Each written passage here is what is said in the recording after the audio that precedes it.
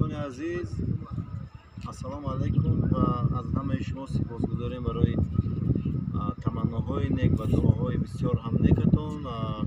مادر من که 15 روز قبل فشارشون بلند شد و با این سبب یک دست چپشون کار نمیکرد و امروز البته با دعاهای شما و با تمناهای نیک شما امروز مادر من شکر خدا با سیر برآمدن با همین عرابچه و امیدواریم که انشالله یک روز دیگر با پایشان به بیرون میبرند و برای ما و شما دعا میدهند.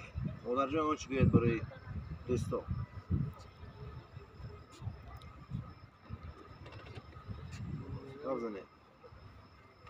سلام علیکم دوستای عزیز من همه خودتون مدار سپاسگزارم که ما را هم خبرگیری آمدید هم یاد کردید و هر دعای سلام پیام فرستادید.